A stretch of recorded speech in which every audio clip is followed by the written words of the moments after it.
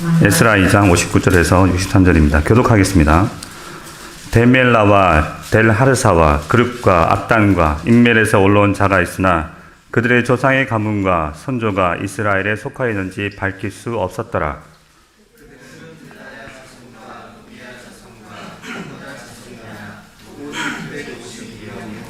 제사장 중에는 하바야 자손과 학고스 자손과 바르실레 자손이니 바르실레는 길르앗 사람 바르실레의 딸 중에 한 사람을 아내로 삼고 바르실레의 이름을 따른 자라.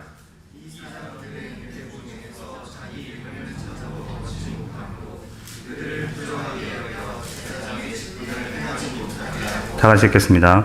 방백이 그들에게 명령하여 우림과 둠밈을 가진 제사장이 일어나기 전에는 지성물을 먹지 말라 하였느니라. 아멘. 네. 고레스 칙령 이후 페르시아 제국에서 예루살렘으로 돌아온 이스라엘 지파는 대다수가 남유다 왕국을 구성했던 유다 지파, 베냐민 지파, 그리고 레위 지파 등입니다.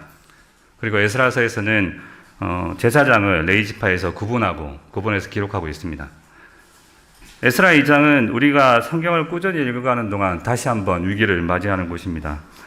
다른 성경에 나오는 족보보다는 비교도 짧지만 앞에서 언급했던 지파들의 가문들의 이름과 함께 돌아온 사람들의 숫자들이 3절에서 58절까지 잔뜩 기록되어 있습니다. 많은 사람들은 구약의 창세기, 민수기, 역대기, 그리고 신약의 마태복음과 누가복음 등에 기록된 족보나 가문의 이름들에 대해서 별다른 흥미를 느끼지 못합니다. 자기와 관련이 없다고 생각하지요. 그래서 아예 그런 부분을 읽지 않고 뛰어넘는 분도 보았습니다. 하지만 그렇게 해서는 안 됩니다. 왜냐하면 하나님께서 성경에 그러한 족보 등을 상세하게 기록하신 이유가 분명히 있기 때문입니다. 이를 통해 우리에게 하시고 싶은 말씀이 분명히 있는 것이지요. 보통 족보의 경우는 선대에서 후대로 기록을 합니다. 물론 누가복음 4장의 경우는 후대에서 선대로 거슬러 올라가서 하나님까지 올라가죠. 또한 보통 여러 사람들을 언급할 때는 중요한 지책을 맡은 사람, 중요한 역할을 한 사람부터 먼저 언급하는 것이 일반적입니다. 하지만 에스라 2장은 다릅니다. 2절에 지도자급을 먼저 언급하긴 하지만 3절부터는 일반 백성의 이름을 먼저 언급하고 이어서 제사장들, 레위 사람들, 노래하는 사람, 문지기, 그리고 느디닌 사람, 그리고 마지막으로 솔로몬 신하의 자손들을 기록하고 있습니다. 하나님께서는 고레스 왕을 통해 포로 귀환을 허락하시면서 돌아온 이스라엘 백성들이 가장 우선적으로 해야 할 일로 성전 재건을 명하셨기 때문에 1장에서 그 목적에 따라 제사장이나 레위인 아니면 재건을 이끌 지도자들의 이름을 먼저 기록하는 것이 이치에 맞는 것 같은데 에스라 2장은 그렇게 기록하고 있지 않습니다. 여기는 분명히 이유가 있을 것입니다. 결론적으로 말씀드리면 에스라 1장의 예루살렘 기환과 성전 재건에 대한 명령, 그리고 2장의 귀환한 사람들의 명단을 보면서 우리가 알 수 있는 것은 성전 재건은 이스라엘 백성 중 특정 집단이 하는 것이 아니라 전체 백성이 해야 하는 사명임을 알려준다는 것입니다. 포로 귀환 후 하나님의 백성으로서 다시 하나님을 만나기 위해 반드시 필요한 성전을 재건하는 임무에 누구 하나 예외나 차등이 없다는 사실을 보여주는 것입니다. 모든 사람들이 성전을 함께 지으며 성전의 필요성을 더욱더 자각하고 성전에서 하나님을 만나며 하나님의 명령을 듣고 순종하는 법을 배워야 하는 것입니다. 거기서 내가 너와 만나고 속죄서 위, 곧 증거계 위에 있는 두 그룹 사이에서 내가 이스라엘 자손을 위하여 내게 명령할 모든 일을 내게 이르리라. 한편 이러한 사실은 구약의 성전을 짓는 데만 국한되지 않습니다. 신약 성경에서는 교회가 성전이라는 말씀을 반복해서 강조합니다. 너희는 너희가 하나님의 성전인 것과 하나님의 성령이 너희 안에 계시는 것을 알지 못하느냐? 누구든지 하나님의 성전을 더럽히면 하나님이 그 사람을 멸하시리라. 하나님의 성전은 거룩하니 너희도 그러하니라. 여기서 사도 바울이 너희라고 부르는 대상은 고린도 교회 개개인들을 말씀하신 것이 아니라 고린도 교회 공동체를 의미합니다. 성령으로 거듭난 하나님의 자녀들의 공동체인 교회가 하나님의 성전이고 그 안에 하나님의 성령이 계신다고 말씀합니다. 에베소서 2장에서도 말씀합니다. 그러므로 이제부터 너희는 외인도 아니요 나그네도 아니요 오직 성도들과 동일한 시민이요 하나님의 권속이라. 너희는 사도들과 선지자들의 터 위에 세우심을 입은 자라. 그리스도 예수께서 친히 모퉁이 돌이 되셨느니라. 그의 안에서 건물마다 서로 연결하여 주 안에서 성전이 되어가고 너희도 성령 안에서 하나님이 거하실 처소가 되기 위하여 그리스도 예수 안에서 함께 지어져 가느니라. 예수 그리스도께서 모퉁이 돌이 되시고 사도들과 선지자들의 터 위에 모든 성도들이 그리스도 안에서 건물마다 서로 연결하여 마치 포로에서 귀환한 이스라엘 백성들이 함께 성전을 세워가듯이 신학적으로 말로 눈에 보이지 않는 무형교회, 하나님의 성전을 우리들이 지어가고 있는 것입니다. 물론 예수 그리스도께서 우리의 죄를 담당하시려고 십자가에 죽으시고 부활 승천하셔서 우리에게 성령을 보내심으로 교회가 단번에 하나님의 성전이 되었습니다. 하지만 교회는 한 공동체로서 그리스도 안에서 서로 돌보며 그리스도의 장성한 분량이 충만한 데까지 자라가야 합니다. 교회가 세워지고 자라가는데도 칭의와 성화의 개념이 나타나는 것이죠. 사도 바울은 고린도전서 12장에서 보다 구체적으로 교회를 그리스도의 몸에 비유하고 각 성도를 그 몸을 구성하는 지체로 설명합니다. 몸은 하나인데 많은 지체가 있고 몸의 지체가 많으나 한 몸인가 같이 그리스도도 그러하니라. 우리가 유대인이나 헬라인이나 종이나 자유인이나 다 한 성령으로 세례를 받아 한 몸이 되었고 또 한 성령을 마시게 하셨느니라. 몸은 한 지체뿐만 아니요 여럿이니 만일 발이 이르되 나는 손이 아니니 몸에 붙지 아니하였다 할지라도 이로써 몸에 붙지 아니한 것이 아니요 또 귀가 이르되 나는 눈이 아니니 몸에 붙지 아니하였다 할지라도 이로써 몸에 붙지 아니한 것이 아니니 만일 온몸이 눈이면 듣는 곳이 어디며 온몸이 듣는 곳이며 냄새 맡는 곳은 어디냐. 이 글을 읽을 때마다 상상을 해보거든요. 온몸이 눈이라고 생각해보면 호러죠, 그죠? 그러나 이제 하나님이 그 원하시는 대로 지체를 각각 몸에 두셨으니 만일 한 지체뿐이면 몸은 어디냐. 이제 지체는 많으나 몸은 하나라. 눈이 손들어 내가 너를 쓸데없다 하거나 또한 머리가 발들어 내가 너를 쓸데없다 하지 못하리라. 그뿐 아니라 더 약하게 보이는 몸의 지체가 도리어 요긴하고 우리의 몸에 덜 귀히 여기는 그것들을 더욱 귀한 것들로 입혀주며 우리의 아름답지 못한 지체는 더욱 아름다운 것을 얻느니라. 그런즉 우리의 아름다운 지체는 그럴 필요가 없느니라. 오직 하나님이 몸을 고르게 하여 부족한 지체에게 귀중함을 더하사 몸 가운데서 분쟁이 없고 오직 여러 지체가 서로 같이 돌보게 하셨느니라. 만일 한 지체가 고통을 받으면 모든 지체가 함께 고통을 받고 한 지체가 영광을 얻으면 모든 지체가 함께 즐거워하느니라. 너희는 그리스도의 몸이요 지체의 각 부분이라. 이렇듯 작게는 우리 그리스도의 보혈교회, 크게는 하나님의 구원받은 모든 백성이 그리스도를 머리로 하여 눈, 귀, 팔, 다리 등으로 각 지체처럼 합하여 한 몸, 그리스도의 몸인 교회를 구성하고 있다는 진리를 알고 사랑 안에서 각자의 은사를 활용하여 서로를 돌보며 함께 자라며 교회를 든든히 세워 나가야 하는 것입니다. 그러니까 어떤 사람은 사도로, 어떤 사람은 선지자로, 어떤 사람은 복음 전하는 자로, 어떤 사람은 목사와 교사로 삼으셨으니 이는 성도를 온전하게 하여 봉사의 일을 하게 하며 그리스도의 몸을 세우려 하심이라. 우리가 다 하나님의 아들을 믿는 것과 아는 일에 하나가 되어 온전한 사람을 이루어 그리스도의 장성한 분량이 충만한 데까지 이르리니 이는 우리가 이제부터 어린아이가 되지 아니하여 사람의 속임수와 간사한 유혹에 빠져 온갖 교훈의 풍조에 밀려 요동하지 않게 하려 함이라. 오직 사랑 안에서 참된 것을 하며 범사에 그에게까지 자랄지라. 그는 머리니 곧 그리스도라. 그에게서 온몸이 각 마디를 통하여 도움을 받음으로 연결되고 결합되어 각 지체의 분량대로 역사하여 그 몸을 자라게 하며 사랑 안에서 스스로 세우느니라. 뿐만 아닙니다. 교회가 한 공동체로 성령의 전, 성전이기도 하지만 성도 개개인 역시 성령의 전입니다. 왜냐하면 한 사람 한 사람 안에 성령께서 거하시기 때문입니다.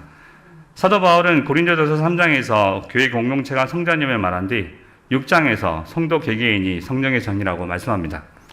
너희의 몸은 너희가 하나님께로부터 받은 바 너희 가운데 계신 성령의 전인 줄을 알지 못하느냐. 너희는 너희 자신의 것이 아니라 값으로 산 것이 되었으니 그런즉 너희의 몸으로 하나님께 영광을 돌리라. 성령, 그리스도의 영이 거하시는, 그래서 성전이 된 성도 개개인이 하나의 공동체, 그리스도의 몸인 교회를 이루어 갑니다. 이러한 사실을 하나님의 자녀 한 명 한 명이 중요하다는 사실을 에스라 1장에서 이어 에스라 2장에서 56절에 걸쳐서 일반 백성부터 제사장, 레위인 그리고 솔로몬 가문의 순으로 기록하면서 그만큼 귀중하다는 것을 말씀하고 있는 것입니다. 한편 그러한 공동체에 가장 먼저 요구되는 것은 바로 거룩입니다. 바로 오늘 본문에서 이 사실을 알려줍니다. 포로 귀환을 한 이스라엘 백성들은 이 사실을 너무나 잘 알고 있었습니다. 본문 63절을 보니 방백이 나오는데요. 원어로 티르샤타로 페르시아 제국에서 대표자, 통치자 또는 각하라는 의미를 지닌 단어입니다. 아마 총독으로 온 스룹바벨이겠지요. 그가 나서서 함께 돌아온 사람들 중에 조상의 가문과 선조가 이스라엘에 속하였는지 밝힐 수 없는 사람들, 여기서도 일반 백성들이 먼저 언급되고 있습니다. 그리고 이어서 제사장 계보에서 확인이 안 되는 사람들에 대해서는 공동체에 받아들이거나 제사장 임무를 수행하는데 신중을 기울입니다. 최근 저는 출애굽기를 묵상했는데요. 출애굽기 19장에서 이스라엘 자손들이 애굽을 떠난 지 3개월 만에 시내산에 도착합니다. 그리고 24장에서 하나님께서는 이스라엘 백성과 시내산 언약을 맺으시죠. 그리고 이어서 성막에 관련된 여러 가지 명령을 내리십니다. 그래서 이에 따라 모세가 35장부터 이스라엘 백성들에게 그대로 만들게 하죠. 그리고 출애굽기 마지막 장 40장에 성막이 세워지고 제사를 드리는 장면이 나오는데 그때 가장 많이 나오는 단어가 거룩이고요. 그리고 가장 많이 나오는 문장이 여호와께서 모세에게 명령하신 대로 되니라입니다. 저는 출애굽기 40장을 읽으면서 정말 깊은 감동을 받았습니다. 상상하면서 읽었거든요. 그 모습을. 다 같이 읽고 싶지만 너무 길어서 생각하는데요. 하나님께서 명령하신 대로 그동안 만든 성막의 구성품들을 가지고 지성소부터 하나씩 세워가는 거예요. 지성소, 성소, 성막들을 차례대로 성막을 세우고 관유를 발라서 거룩하게 성결하고 제사장인 아론과 그의 아들들을 거룩하게 세운 뒤 마지막 성막과 제단 주위의 뜰에 포장을 치고 뜰 문에 휘장을 달면서 성전 건축을 마치자 구름이 해막에 덮이고 여호와의 영광이 성막에 충만하며 모세가 해막에 들어갈 수 없었으니 이는 구름이 해막 위에 덮이고 여호와의 영광이 성막에 충만하였더라. 솔로몬의 성전도 마찬가지였겠지요. 포로 생활 70년 만에 고레스 칙령으로 예루살렘으로 돌아가 성전을 재건하라는 명령을 듣고 하나님의 감동을 받아 예루살렘으로 돌아온 이스라엘 백성들은 이러한 성전에 대한 이 성전에 임하신 하나님의 영광을 갈망했습니다. 그런데 그들의 조상이 왜 포로를 끌려갈 수밖에 없었는지를 그들은 너무나 잘 알고 있었습니다. 더러운 우상 숭배로 인해 하나님의 진노를 그대로 받았기 때문이죠. 그래서 그들은 그들 속에 어떠한 부정함도 두기를 원치 않았습니다. 다시 돌아갈 수 없을 줄 알았는데 또다시 긍휼을 베풀어 주신 하나님께 감사하며 여호와께서 명령하신 대로 그들은 철저하게 그리고 신중하게 백성들을 구분하여 확인되지 않은 것은 하나님의 말씀에 어긋나는 것을 여기고 하나님의 공동체에 참여하는 것에 제한을 두었던 것입니다. 적은 누룩이 온 땅에 퍼지는 것을 알았기 때문이죠.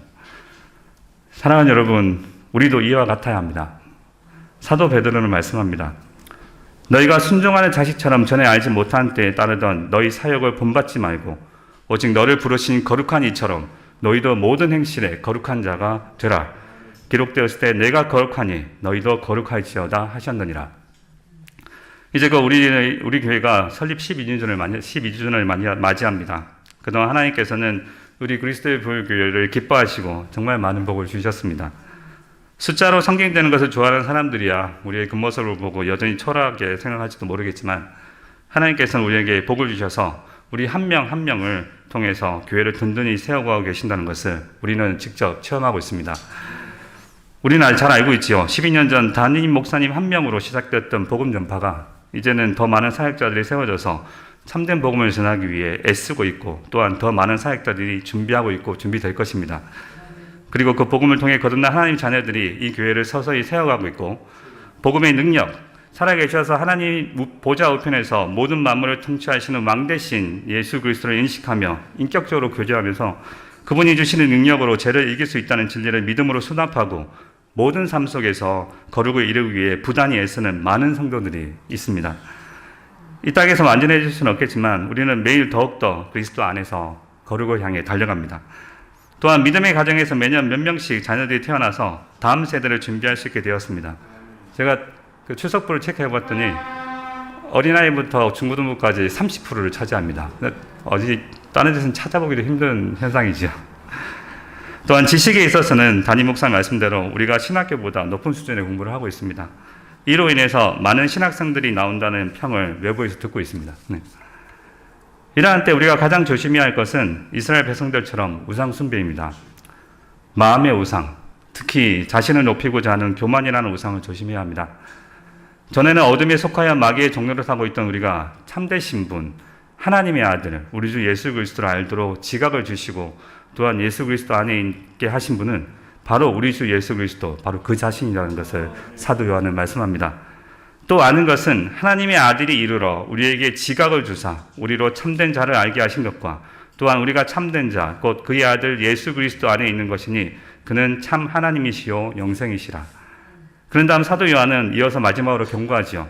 자녀들아 너희 자신을 지켜 우상에게서 멀리하라. 특히 우리는 지식에 있어서 더욱 조심해야 합니다. 최근 복덕반 모임에서도 나눴던 내용인데요. 우리처럼 공부를 많이 하는 곳에서는 지식을 많이 아는 사람이 마치 더욱 거룩한 것처럼 생각하기 쉽습니다.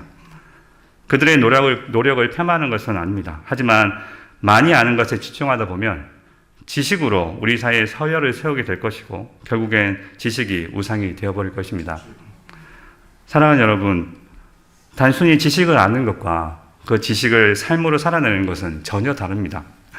단순히 머리를 알고 있는 것과 우리 안에 남아있는 재성에 대해서 주께서 거듭나게 하신 생명으로 성령의 능력을 이겨내기 위해 믿음으로 자신을 쳐서 그 지식에 인격적으로 복종하는 것은 전혀 다른 이야기인 것입니다. 전자는 복음을 제대로 모르는 사람이거나 영적으로 죽은 사람의 이야기고 후자는 영적으로 살아있는 사람들의 이야기입니다. 마지막으로 한 가지 예를 들어보고 설교를 마치고자 합니다. 함께 돌보며 교회를 살아가는 예를 들어보면 좋겠지만 저는 그보다 누룩이 될 수 있는 우리의 가장 깊은 것, 마음에 대해서 예를 들어보고자 합니다. 믿음의 사람인 우리들은 어디서 평안을 얻습니까? 그렇습니다. 바로 우리 주 예수 그리스도 안에서 평안을 얻습니다. 네. 예수님은 말씀하셨습니다.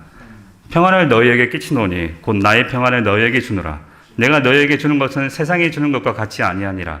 너희는 마음에 근심하지도 말고 두려워하지도 말라. 이 구절은 예수님이 이제 곧 세상을 떠나가실 것을 말씀하시자 제자들이 두려워합니다. 그때 하신 말씀이죠. 우리 주위에 어떤 일로 근심하고 두려워하는 지체를 유일하고자 할 때 가장 먼저 떠오르는 구절 중에 하나가 바로 이 구절입니다. 불안해서 어찌할 바를 모르는 지체를 향해 이 구절과 함께 예수님께 기도해. 그러면 예수님이 위로해 주시고 평안을 주실 거야 라고 말한다면 어떤 반응을 보일까요? 속으로는 그러겠죠. 내가 그걸 몰라서 못하겠냐. 하지만 실제로 모르고 있는 것입니다. 사람들은 자기 감정을 스스로 조절할 수 있다고 생각합니다. 우리 중에도 있을 것입니다. 그렇게 생각하는 분들이. 그런 사람들은 기도할 때 하나님께 자신이 처한 상황을 설명하면서 그 상황을 처리해 달라고 그리고 평안을 달라고 기도할 것입니다.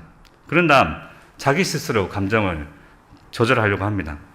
특히나 요즘처럼 자기 중심 사상이 강하게 팽배한 세상에서 자기 정체성조차도 자기 마음대로 정할 수 있다고 외치는 세상에서는 당연한 현상일 것입니다.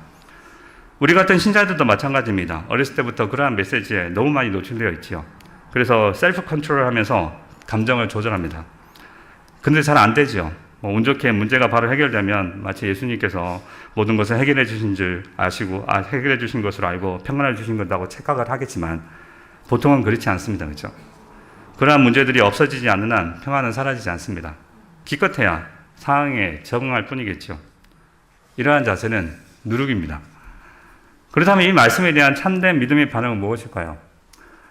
하나님 아버지, 제가 가진 모든 것은 예수 그리스도 안에서 아버지의 것입니다.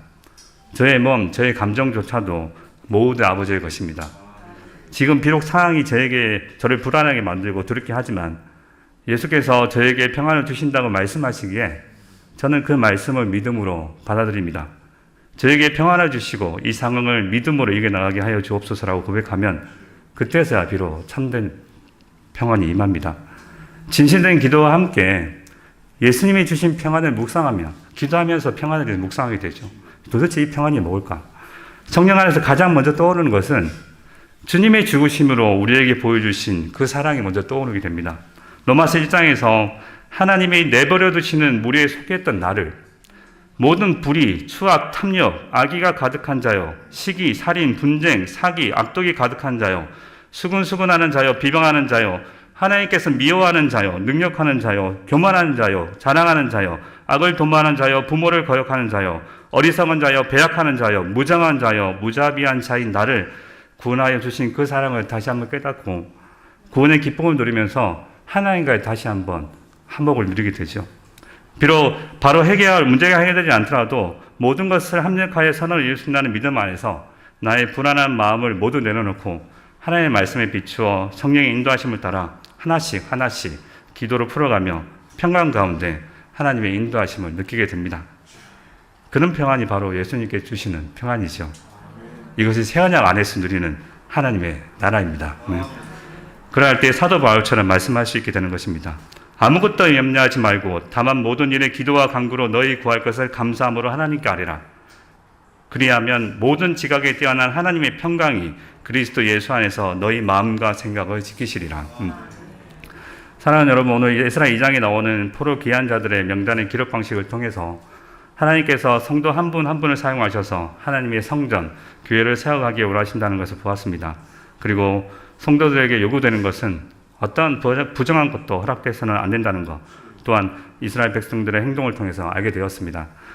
거룩한 공동체를 허무는 것은 작은 노력으로도 얼마든지 가능하다는 것을 아시고 우리의 마음, 감정부터 하나님의 것임을 고백하고 온전히 그리스도께 주시는 평안, 자신의 모든 것을 내어주기까지 하신 그 사랑으로부터 오는 평안 가운데 거룩하게 자신뿐만 아니라 주의 교회를 든든히 세워가는 그리스도의 보혈교회 성도님들 되시기를 우리 주 예수 그리스도 이름으로 축원드립니다.